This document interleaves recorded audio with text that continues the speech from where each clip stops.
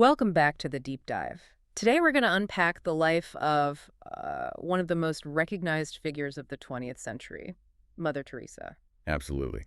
And our mission here is to really understand her work, her journey, and also the complex reality that her legacy offers us today. Right. To really get it, you have to start at the beginning with her foundational years. Exactly. She was born Anjezë Gonxhe Bojaxhiu in Uskub, which is modern-day Skopje, back in 1910, to a pretty affluent family, actually. But then her world just completely shifted. Her father died mysteriously when she was only 8. And that event seems to have cemented something in her. By the time she was 12, she was convinced she should dedicate her life to religion. Fueled by these missionary stories from Bengal, right? But then comes this unbelievable part. At 18, she leaves home for Ireland. Yeah, to join the Sisters of Loreto, learn English, learn Bengali, and get this.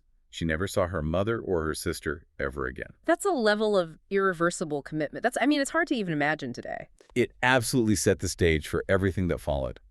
She spends the next 20 years or so teaching history and geography in Calcutta. She even becomes the principal. But she's seeing all this poverty outside the convent walls. The Bengal famine, the local violence. It's deeply affecting her. You can see it building up. Yeah. And that leads directly to the defining moment of her entire life. September 11, 1946. The call within the call. The call within the call, exactly. And the key insight wasn't just what she should do, but where she had to do it.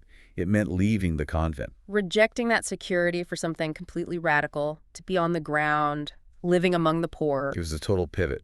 In 1948, she leaves with just 5 rupees in her pocket. 5 rupees. That's nothing. Practically nothing. She adopts Indian citizenship, and by 1950, she founds the Missionaries of Charity. Mission is clear. Care for the poorest among the poor. So how does she actually build this global operation from that? From 5 rupees? Well, she starts small but smart. In 1952, she gets an abandoned Hindu temple and turns it into the Calcutta home for the dying. The focus was on dignity in death. Then came the Home for Orphans in 55, and then the Specialized Centers for Lepers, Shantinagar. And from there, the global reach it explodes. You go from 5 sisters in Venezuela in 1965 to over 600 missions in 123 countries by the time she died. And you see these moments of incredible action, like rescuing 37 children during the siege of Beirut in 82. Which is why she gets the Nobel Peace Prize in 1979, India's highest civilian honor in 1980. The world recognized this incredible force. But she always had this way of framing it. She had that famous quote about impact, something about a drop in the ocean. Yeah. A veces sentimos que lo que hacemos es tan solo una gota en el mar, pero el mar sería menos si le faltara una gota. Basically, sometimes what we do feels like just a drop in the ocean, but the ocean would be less without that drop. It's a powerful lesson about small actions. And then there's that other one about promoting world peace. Go home and love your family. So simple, but so profound. Okay, but this is where it gets more complicated, right? We have to look at the controversies that came with that scale. We do. And there were serious concerns raised by critics, especially about the standard of medical care. Respected journals like The Lancet cited a lack of, systematic diagnosis and, maybe more importantly, a lack of proper pain management. So critics were arguing that suffering was almost being prioritized for spiritual reasons over effective medical treatment. That was the argument. And then, of course, there was the money. She accepted huge donations from some very controversial figures. Like Charles Keating, the Duvalier family in Haiti. That raised a lot of ethical questions about where the funding was coming from. It certainly did.